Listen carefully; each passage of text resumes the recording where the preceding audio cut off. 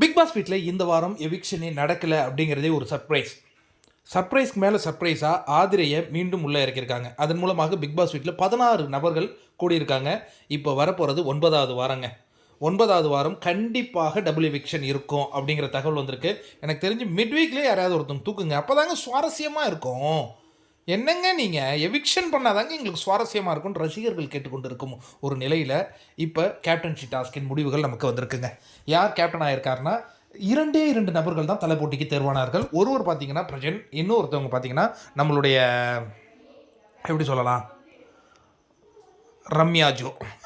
இந்த வாரம் கேப்டன் ஆகி எங்கள் ரம்யா ஜோ ஐயோ பேரை மறந்துட்டேன், தலைவி ரம்யா ஜோ அவங்க தலை போட்டியில் பங்கெடுத்தேன். ஏன்னா நேற்று என் தலைவிக்கு சோகமாக்கிடுச்சு. என்ன சேதண்ணே, அவங்களா கேட்டாங்க பெஸ்ட்டு ஸ்டூடெண்ட் அவார்டு கேட்க சொல்லி, அவங்களா தான் கொடுத்தாங்க, அதை வாங்கிக்கிட்டாங்க அவங்க. நீங்கள் வியானா தான் இங்கே சூப்பராக பண்ணாங்கன்னு சொன்ன உடனே அப்போவே என் தலைவி மனம் உடஞ்சி போச்சு.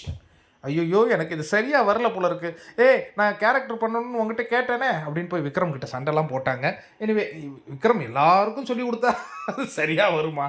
நான் படித்து சொல்கிறேன், கொஞ்சமாவது உங்களுடைய மூளையை யூஸ் பண்ணி கேம் ஆடுங்க. எல்லாரும் போய் விக்ரம் கிட்ட கேட்காதீங்க, அவன் உங்களை புதக்குழியில் போட்டு தள்ளிடுவான்னு சொன்னால் கேட்குறீங்களா? சரி, ஏதோ ஒன்று கேம் ஆடினாங்க, திருக்குறள் சொல்லிட்டாங்களாம், அதனால் பெஸ்ட்டு பர்ஃபார்மர் ஆகிட்டாங்க. இதன் மூலமாக தலை போட்டிக்கு வராங்கங்க. பிரஜன் ஒரு பக்கம், ரம்யா ஜோ ஒரு பக்கம்.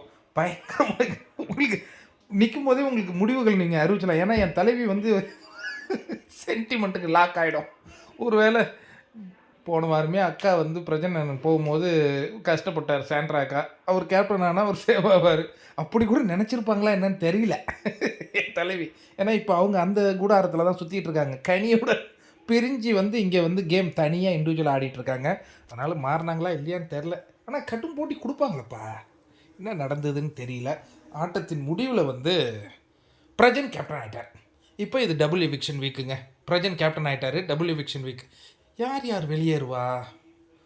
இன்ட்ரெஸ்டிங்காக இருக்கலாம். உங்களுக்கு மிட் வீக் எவிக்ஷன் வேணுமா? கமெண்ட்டில் என்கிட்ட சொல்லுங்கள். சேதனை பாப்பார்.